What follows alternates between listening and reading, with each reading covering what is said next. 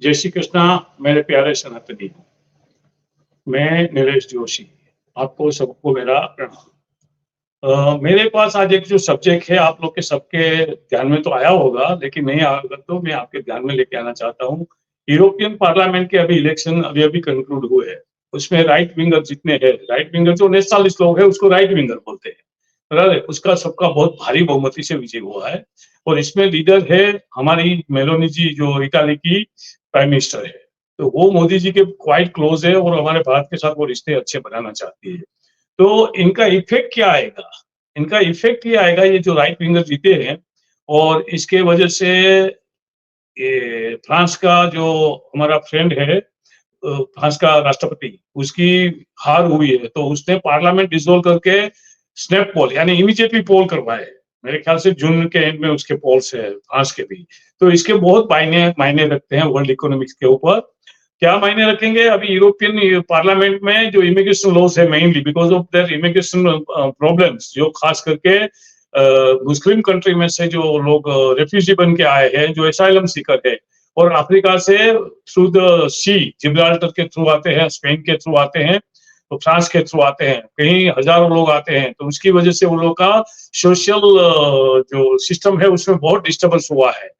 आपको ये विदित होगा कि फ्रांस में हत्या कर दी गई थी वो चार्लो हेब्री का। तो वो ऐसे सब इंसिडेंट्स होते हैं, अभी उसमें राष्ट्रवाद बहुत जोर से पकड़ रहा है। तो उसकी वजह से मुझे लगता है कि यूरोपियन पार्लियामेंट में इमिग्रेशन जो रूल्स है, असाइलम सीकर के रूल्स है, वो रिव्यू होंगे। उसकी असर ईयू के सारे जो 27 या 28 मेंबर्स कंट्री है उसके ऊपर पड़ेगी और उसकी असर पूरे वर्ल्ड में पड़ेगी और खास करके भारत को इसके ऊपर ध्यान देना चाहिए। मैं मोदी जी से अपील करूंगा कि मोदी जी, इन लोग से आप थोड़ा, आपको तो सब मालूम ही होगा, लेकिन एक मैं सामान्य सिटीजन होने के नाते आपको रिक्वेस्ट करता हूँ, इनको सबको आप भारत बुलाइए, जितने राइट विंगर है उसके व्यू पब्लिक करिए, क्योंकि भारत, उनका जो प्रॉब्लम है वही भारत का प्रॉब्लम है। हाँ, ये बात अलग है कि भारत बेहतर तरीके से निपट रहा है, लेकिन भारत का प्रॉब्लम बहुत ज्यादा है। तो हमें चाहिए कि ये बात हम उनके साथ डिस्कस करें और कैसे कोऑपरेट करके कैसे साथ में काम किया जाए, क्योंकि ये जो बढ़ता हुआ एक जिहादी माइंडसेट है, उसको कौन से अच्छे शब्द में बोला जाए कि फंडामेंटलिस्ट जो है, कि जो इस्लाम में नहीं मानता है, वो है ही नहीं बराबर, राइट? तो उसके लिए उनको वो काम करना पड़ेगा, काम नहीं करेंगे तो वो कभी होगा नहीं, बराबर है? तो आपको भी सबको चाहिए कि सोचे, और एनआरआई जितने मेरे मित्र है, मैं भी लंदन में रहता हूँ, ब्रिटिश सिटीजन हूँ, तो हम भी सोच रहे हैं कि इनका क्या इम्पैक्ट होगा। जितने ब्राउन इमिग्रेंट्स है उसके ऊपर इसकी असर पड़ेगी, ठीक है? तो ये पॉइंट आप ध्यान में रखिए और इसके ऊपर आप नजर रखिए सब लोग। दूसरी बात, जो हमारे इलेक्शन के रिजल्ट आए, सबको ये था, मोदी जी साहब ने भी नारा, अमित भाई ने, मोदी जी ने नारा दिया था कि आपकी बात 400 पार। शायद वो नारा की नेगेटिव इफेक्ट पड़ी है, रिजल्ट जितना अच्छा चाहिए था इतना नहीं आया, ठीक है? सरकार तो मोदी जी की तीसरी बन गई, लेकिन जो 240 सीट मिली, तो लास्ट टाइम उसको 306 सीट मिली थी। बहुत से पोल प्रेडिक्टर्स है, सेफोलॉजिस्ट है, उसकी सबकी धारणाएं गलत साबित हुई, तो कोई भी पब्लिक जनमानस नहीं समझ सका।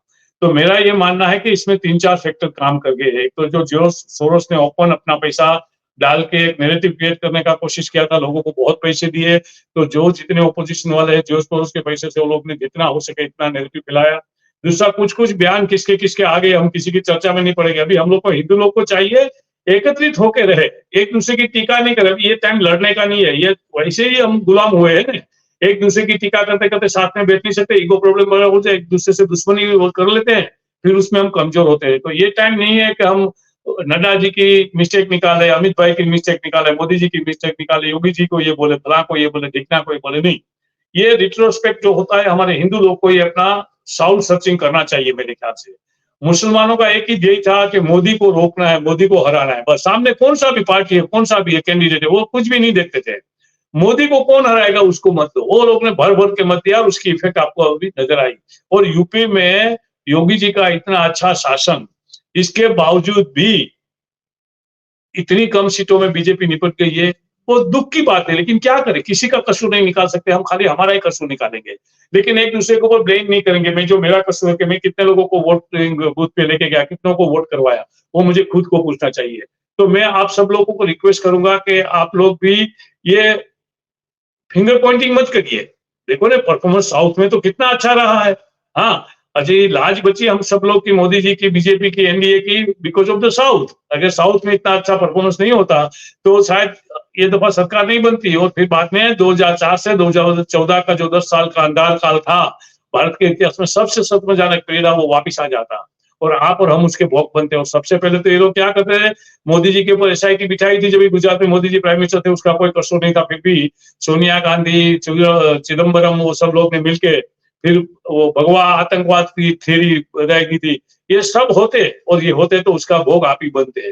तो अपने भाई को कमजोर मत करिए, कोशिश करिए अपने भाई को जो हो सके एक तरीके से सपोर्ट करने की। एक ही बात रखिए कि अभी हिंदुओं के लिए मोदी जी और एनडीए और बीजेपी के सिवा कोई बेहतर ऑप्शन नहीं है। हाँ, तो उनके साथ टिके रहिए, उनको सपोर्ट करिए, उनको मत गिराइए प्लीज। हाँ, आप लोग सब समझदार लोग हैं, मैं कौन होता हूँ आपको बताने के लिए, बट मैं आपको एक रिक्वेस्ट कर सकता हूँ, विनंती कर सकता हूँ कि ऐसा मत करिए आप। हाँ, हमारे उधर बहुत सी पार्टियां, जैसे जम्मू में एकजुट पार्टी बनाई, वो भाई शर्मा जी बहुत अच्छे लड़के थे, मुझे लगता था, मैं भी फाउंडर मेंबर था एकजुट पार्टी का, लेकिन जब एकजुट पार्टी ने और वो संदीप देव ने मिलकर इसे वो संदेश देना चालू किया, इसे लेक्चर देना चालू किया कि कुछ भी है मोदी जी का अच्छा, कोई अच्छा ही नहीं है, बुरा ही है, तो मुझे लगा वो अंकुश शर्मा उसका नाम है, तो मुझे लगा ये तो वोट तोड़ो पार्टी है, इसको भी जोर शोर से पैसे तो नहीं लिए ना शायद, या किसी और से पैसे नहीं लिए ना बीजेपी को हराने के लिए। लेकिन क्या हुआ, अंकुश शर्मा को कुछ रिकग्नाइजेशन नहीं हुआ। जम्मू कश्मीर की 4 सीट में 2 बीजेपी को मिली, 2 दूसरे लोगों को मिली। हाँ, तो बस ये सोचिए आप, जो वोट तोड़ो पार्टी है उसको साइड करिए, अभी वोट तोड़ो पार्टी को सपोर्ट मत करिए। अभी यही देखिए कि हम कैसे एकत्रित हो